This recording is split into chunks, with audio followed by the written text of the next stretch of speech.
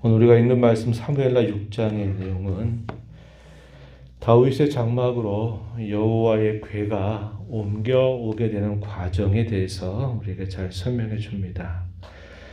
이 법궤에 대한 이야기는 사무엘상 초두에서 우리가 함께 읽었었던 내용입니다. 사무엘상 7장 1절 2절 보면은 여호와의 법궤가 기럇 여아림에 있는 아비나답의 집에 20년 동안 머물렀다 이렇게 말합니다. 그래서 그 일로 인해서 이스라엘 백성들이 여호와 하나님을 간절하게 사모하는 마음을 갖게 되었고, 그러한 일들을 계기로 삼아서 사무엘은 이스라엘 백성들로 하여금 민족적인 회개 운동을 전개하면서 그들의 죄에 대하여 하나님 앞에 회개하고 새롭게 하는 계기를 마련하게 돼요. 그리고 나서 20여 년이 흐르는 동안 계속적으로 이렇게 시간이 흘러갔고, 다윗이 마침내 온 이스라엘이 왕이 되고 난 다음에 그가 가장 먼저 하고 싶었던 일, 그것이 뭐냐면 하나님의 궤, 언약궤를 자신이 있는 곳에 모시기를 원했던 것입니다. 우리가 잘 아는 다윗의 시편의 내용들 보면 내가 여호와의 집에 거하기를 원한다.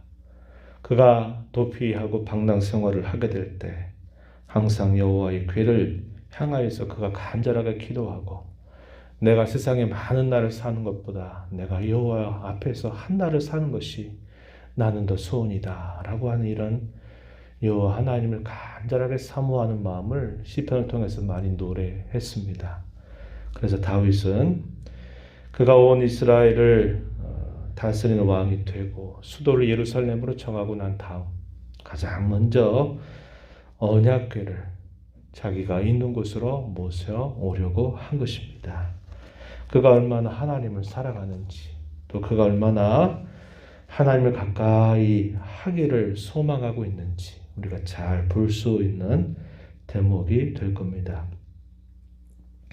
그래서 첫 번째 시도를 하게 됩니다. 시도를 하는데 열정과 사랑은 가득하고 간절함은 있는데 그 방법 자체가 낯선 방법을 사용하게 된 겁니다. 그게 뭐냐면 옛적에 블레셋 진영에 여호와의 법궤가 있을 때 이 법궤가 옮겨가는 곳곳마다 거기에서 전염병이 돌고 여호와의 재앙이 그들에게 임하게 되면서 블레셋에 있는 5도시 사람들이 무수하게 죽음을 당하게 되었습니다. 그래서 어떻게 하면 좋겠나, 당시에 그 블레셋 사람들 가운데서 제사장이나 이런 종교와 관련된 사람들을 불러서 어떻게 해야 이 여호와의 법궤를 저 이스라엘 땅으로 돌려보내겠냐라고 물었을 때 그들이 할 수 있는 최선의 종교적인 절차를 가지고 산 겁니다. 이건 하나님이 말씀하신 방법과 달라요. 그러나 하나님이 그 일로 인하여서 그들을 심판하지는 않았습니다. 그래서 그 블레셋 진영에 있었던 여호와의 법궤로 옮겨올 때에 그들이 수레를 준비해서 그 수레를 수단으로 해서 베스메스라고 하는 곳으로 옮겨오게 되고, 그것이 나중에는 이 아비나답의 집으로 옮겨가게 된 겁니다. 그때는 하나님이 그것으로 인해 심판하지 않으셨어요. 왜냐? 그들에게는 어떻게 이 법궤를 다룰 것인가에 관하여서는 하나님이 그들에게 알리지 않았기 때문에 그렇습니다. 그러나 이미 이스라엘 백성들에게는 모세 율법을 통해서 하나님의 법궤를 어떻게 대해야 될지를 분명하게 가르친 바가 있습니다. 그 내용이 민수기라든지 이런 데 보면은 분명하게 제시가 되어 있어요. 근데 첫 번째 수레를 운반할 때 블레셋 진영에서 옮겨올 때 했던 그 방법을 사용하게 된 겁니다. 아비나답의 두 아들이었던 우사와 아요가 수레에다가 이 법궤를 싣고서 그 법궤를 이제 다윗이 있는 곳으로 옮겨 오려고 출발을 했어요. 그런데 나곤의 타작마당이라고 하는 곳에 이르게 됐을 때 소가 뛰놀게 된 겁니다. 그러니까 이 법궤가 흔들리게 된 거죠. 그래서 그 법궤를 아비나답의 아들 중에 웃사가 그 법궤를 손으로 붙들게 된 거예요. 그러자 어떤 일이 발생했느냐? 즉사하게 되는 일이 발생하게 된 겁니다. 다윗은 온 이스라엘 백성들을 대동해서 악기를 연주하면서 즐거이 여호와의 언약궤가 자기를 찾아온 것을 기뻐하면서 연주를 하고 있는 상황에서 갑자기 죽음을 당하게 되니까 이게 얼마나 충격적인 사건이 되어 버렸겠습니까?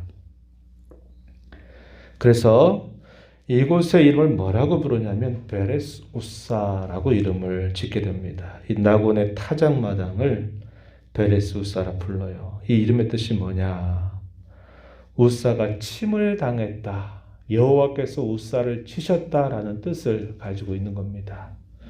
그래서 다윗은 이것을 통해서 자신이 무엇을 잘못했는지를 깊이 깨닫게 된 겁니다. 그리고 자기가 있는 곳으로 이 법궤를 옮겨오지 못한 것에 대하여 무척이나 안타까운 마음을 갖게 된 것입니다. 우리가 이걸 통해서 확인하게 되는 분명한 진리는 뭐냐?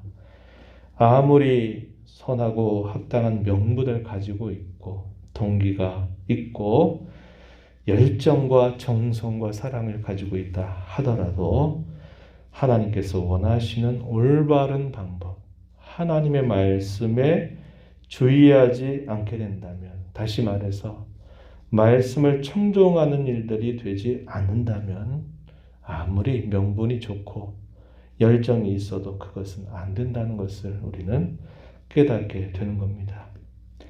우리가 하나님을 섬기는 일에는 세상 종교와 다른 방법이 뭐냐? 세상 종교는 지극정성을 하면 돼 있어요.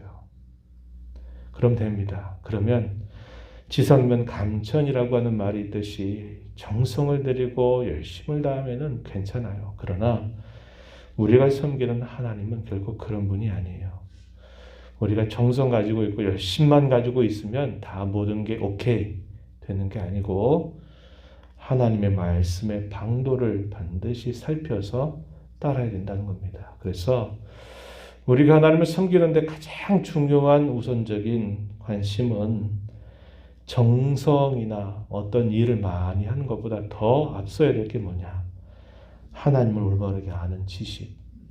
하나님 말씀에 대하여 바르게 알고 그 말씀을 바르게 따르려고 하는 것이 가장 우선적이다라고 우리에게 가르쳐 주고 있는 겁니다.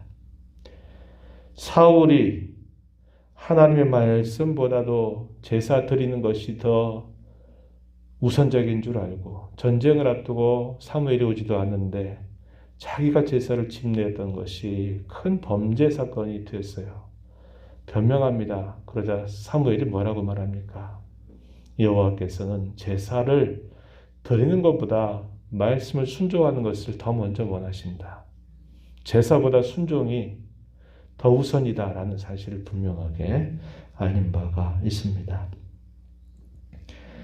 오베데돔의 집으로 이 법궤가 옮겨지게 됩니다. 가드 사람 오베데돔의 집에 이 법궤를 옮겨가게 돼요. 어쩔 수 없이 다시 그 일을 진행할 수가 없어요. 하나님께서 진노하셨거든요. 그래서 이 오베데돔의 집에 3개월 동안 머물게 됩니다. 그런데 3개월 동안 어떤 일이 있었느냐? 이 오베데돔이 하나님께 주시는 복으로 많은 복을 받았다라는 사실을 듣게 됩니다. 다윗은 판단합니다. 이제 하나님께서 그 진노를 그치셨구나라는 것을 생각하고서는 다시 그 법궤를 옮겨오려고 하는데 이번에는 하나님의 말씀에 깊이 주의해서 이 일들을 진행시키는 것입니다. 법궤를 담당하는 일에 종사하는 사람들을 명령해서 그 어깨 위에 법궤를 메어서 나르도록 명령을 내리게 됩니다. 모세가 여호와의 말씀을 따라 명한 대로 레위 자손이 채로 하나님의 궤를 꿰어 어깨에 매니라 이렇게 말합니다. 그리고서 어떻게 합니까?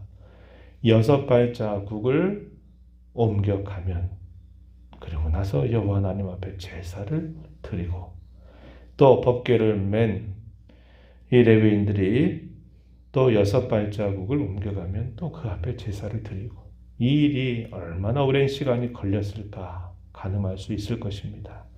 그만큼 다윗은 그렇게 하나님의 말씀에 주의하면서 열정과 신중함을 가지고서 이 법궤를 차근차근 한 걸음씩 자기가 있는 장막, 준비해둔 장막으로 여호와의 법궤를 모셔 드리게 됩니다. 다윗이 얼마나 기뻤는지, 그리고 온 이스라엘이 하나님의 법궤가 다윗 왕이 마련해 둔 처소로 옮겨진다고 하는 것을 기뻐하는 모습이 나타나요. 그래서 다윗이 그 법궤를 모셔드리고 난 다음에 어떻게 했냐면 17절에 가서 보면은 번제와 화목제를 여호와 앞에 드렸다라고 말합니다. 그리고 번제 화목제를 여호와 앞에 드리고 난 다음에 만군의 여호와 이름으로 백성들을 축복합니다. 그리고 먹을 것을 그들에게 나누어 주게 돼요. 19절 보니까 떡 한 개, 고기 한 조각, 건포도떡 한 덩이씩 백성들 모두에게 나눠 줍니다. 축복하고 나눠 주니까 이게 얼마나 기뻐요. 꼭 우리 오늘날 우리 기독교의 중요한 절기 때 이렇게 뭐 떡을 나누고 뭐 서로 즐겁게 식사하고 선물을 나누고 마치 한 것처럼 여호와 앞에서 기뻐한 다윗이 온 백성들에게 그렇게 나눠 주고 백성들을 돌려보냅니다. 집으로 돌아오죠. 다윗성으로 돌아온 다윗이 이제 온 가족들을 축복하려고 즐거운 마음으로 들어오고 있던 차에 이 사울의 딸 미갈이 무슨 말을 하느냐. 20절에 보니까 이스라엘 왕이 오늘 어떻게 영화로우신지 방탕한 자가 염치 없이 자기의 몸을 드러내는 것처럼 오늘 그의 신복의 계집종의 눈앞에서 몸을 드러내셨습니다. 이렇게 말합니다. 비꼬듯이 당신은 오늘 왜 그렇게 했냐라고 마치 책망하듯이 말하는 거예요. 왜냐? 다윗이 너무나 기뻐 춤을 추다 보니까 그의 하체가 드러나게 된 거예요. 그걸 지켜보면서 이 미갈의 생각은 어디 있느냐? 왕의 미신이 있지. 왕이 저렇게 행동할까? 백성들은 다 기뻐하고 즐거워하고 있는데 미갈은 그게 보이는 거예요. 기뻐하는 게 보이는 게 아니라 저렇게 채신 없이 왜 저렇게 왕이 저럴까? 이렇게 마음을 품게 된 겁니다. 그래서 들어오자마자 그렇게 말을 한 거예요. 그러자 다윗이 뭐라고 이 미갈에게 말합니까? 21절, 22절 이렇게 말해요. 이는 여호와 앞에서 한 것이다. 네가 내 아버지와 그의 온 집을 버리고 하나님께서 나를 택하셔서 나를 여호와의 백성 이스라엘의 주권자로 삼으셨으니 내가 그 은혜가 감사하고 그것이 너무나 기뻐서 내가 여호와 앞에서 뛰논다. 내가 이보다 더 낮아져서 천해 보인다 할지라도 나는 그렇게 할 것이다. 하나님 앞에서라면 난 이보다 더 추하게 보이는 일조차 나는 기쁨으로 하나님 앞에서 행할 수 있다. 이렇게 말을 하게 된 겁니다.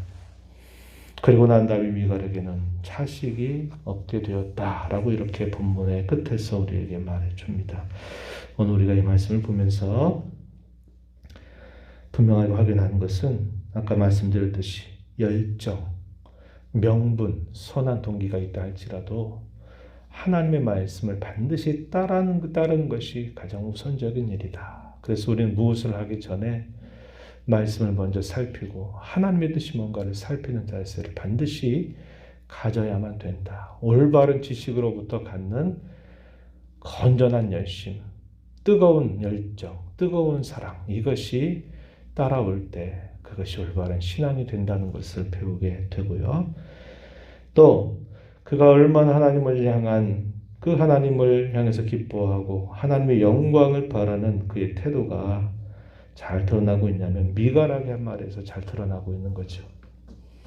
내가 이것보다 더 낮아서 천하게 보일지라도 나는 더한 일도 할 수 있다. 이렇게 말하는 거예요. 이 말 속에는 그가 하나님을 향해 갖는 깊은 사랑, 열정, 하나님을 향한 뜨거운 마음 이것이 표현되어 있음을 살펴봐요. 오늘 우리에게 이런 하나님의 영광을 위한 열심, 하나님 기뻐하고자 하는 이 간절함, 이것이 오늘 저와 여러분에게도 회복되어야 할 마음입니다.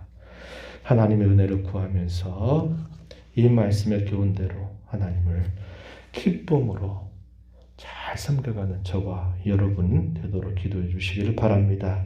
하나님 아버지, 복되고 거룩한 주일 새벽을 깨워 또 저희들 하나님 앞에 나와서 찬양과 경배를 드리게 하시고, 오늘도 저에게 구원의 은혜, 크신 내 베푸신 하나님 앞에 이 주일을 지켜 살아가게 하심을 감사합니다. 다윗이 하나님을 사랑하고 하나님을 많이 안다고 생각했습니다. 그러나 또 조금씩 부족한 부분들을 그가 하나하나 깨달아 가는 중에 그가 하나님을 바르게 아는 것들을 그의 가슴에 채우고 하나님을 향한 뜨거운 사랑과 그 열정, 오랜 도피 생활 속에서 늘 언제나 그가 사모하고 바랐던 여호와의 궤를 모셔 드리는 그 과정을 저희가 살펴보았습니다. 올바른 진리의 지식을 갖고 뜨거운 사랑과 열정을 가지고 하나님을 섬겨가야 됨을 배웁니다. 이러한 신앙을 잘 회복하고 잘 다져가는 저희들 모두가 되게 하시고, 그러한 교회로 나아가는 저희 성원교회 되도록 하나님 은혜 내려 주옵소서. 은혜의 보좌 앞에 나와서 아버지의 은혜를 간절하게 구하는 심령들의 간구를 들어주시고 응답하시기를 바라며 예수님 이름으로 기도하옵나이다. 아멘.